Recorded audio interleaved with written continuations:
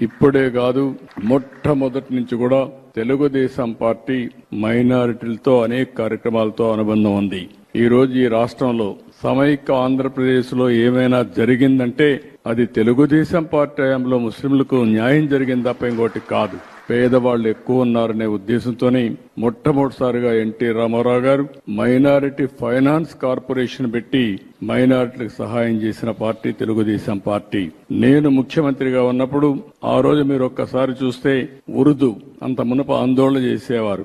ఎన్నో ఆందోళన చేస్తే 13 జిల్లాల్లో సమైక్య ఆంధ్రప్రదేశ్ లో ఉర్దూను రెండో భాష చేసిన పార్టీ తెలుగుదేశం పార్టీ అని చెప్పి కూడా నేను మీకు తెలియజేస్తున్నా. ఇదే కాకుండా హైదరాబాద్ లో ఒకప్పుడు మక్కాకి వెళ్లాలంటే బాంబేకి వెళ్లేవాళ్లు. అలాంటిది హైదరాబాద్ లో బ్రహ్మాండమైన ఇక్కడే ఫరూక్ గారు ఉన్నారు. ఆ రోజు ఫరూక్ గారే మంత్రి, ఈ రోజు ఫరూక్ గారే మంత్రి.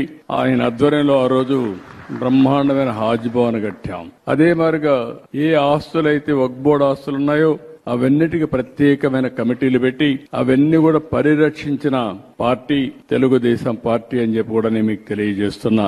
హైదరాబాద్ లో ఉర్దూ యూనివర్సిటీ నేను ఉన్నప్పుడే తీసుకొచ్చాను. కర్నూలులో ఉర్దూ యూనివర్సిటీ నేనే తీసుకొచ్చాను. కడపలో మనం ఆజ్ హౌస్ కట్టాం.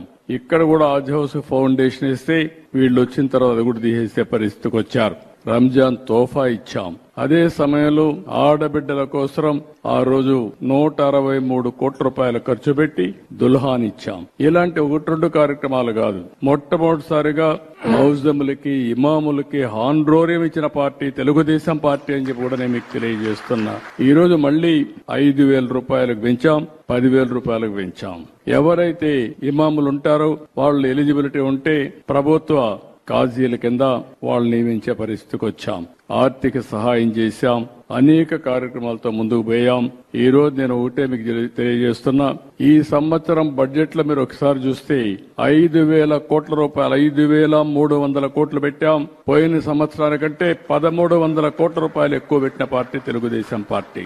అదే మాదిరిగా జీవో నెంబర్ 43 తీసుకొచ్చి వక్ఫ్ బోర్డు ని లేనిపోని కాంట్రవర్సీలో పడేసే పరిస్థితికి వచ్చారు. దానివల్ల కోర్టు పోయి అసలు వక్ఫ్ బోర్డే పనిచేయకుండా ఉండే పరిస్థితి వస్తే ఈ ప్రభుత్వం వచ్చిన తర్వాత ఆ జీవోను రద్దు చేసి మళ్లీ అందరితో వక్ఫ్ బోర్డు కాన్స్టిట్యూట్ చేశాం. ఆస్తులు కాపాడతాం. ఒకటే హామీ ఇస్తున్నా, మత సామరస్యాన్ని కాపాడమే కాకుండా మిమ్మల్ని అన్ని విధాలా పైకి తీసుకొచ్చే బాధ్యత తెలుగుదేశం పార్టీ తీసుకుంటామని కూడా మీ అందరికీ హామీ ఇస్తున్నాను.